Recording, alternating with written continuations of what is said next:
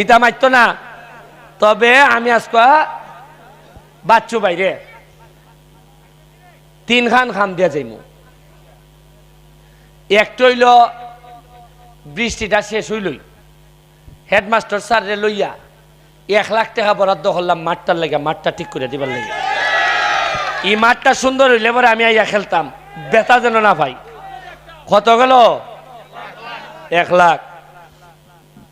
বাচ্চু ভাই, বাথরুমটা আগামী পরশুদিন থেকে ধরে লিতিবা। এখানে কোনো বাথরুম নাই। জটলা বাজারে গেলাম, বাথরুম নাই। আমি শতং বাজার, এর বাজার, নিজামুদ্দিনের বাজারে গিয়া হইলাম, ওরা বাথরুম যে নাই, মাওবালি ভাই হয়ে গেছিল বাথরুম।